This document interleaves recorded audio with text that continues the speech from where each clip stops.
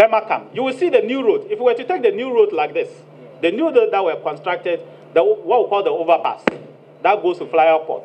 When you get to the roundabout and you take to the new cemetery and move as if you are going back to Teshinungwa or Nungwa, that road was supposed to be the natural boundary of the armed forces and the civilians. And it was for good reason that that should have been the natural boundary.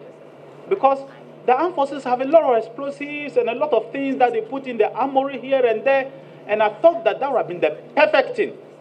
Of course, it is maybe true or may not be true because we are still investigating that some portions of that land have not been acquired. But armed forces, as per se, does not have money to acquire. It's the duty of government to acquire the land for the armed forces. And I think that the way that armed forces lands were handled, I'm not happy about it. That we decided to sell that land to ourselves, including top politicians, are living in there.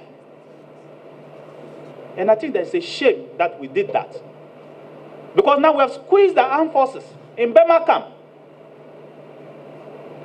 And I think that if I have my will, and we are still going Barry because we're in a democracy, I would have gone after those people. It's not good. Within 2 years, we sold every piece of land, over 300 acres of land, to individuals. So that what happens?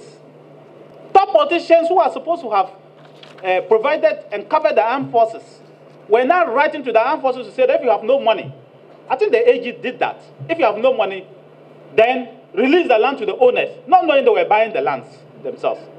How can you do this?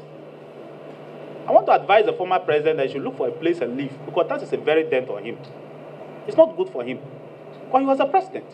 He shouldn't live there.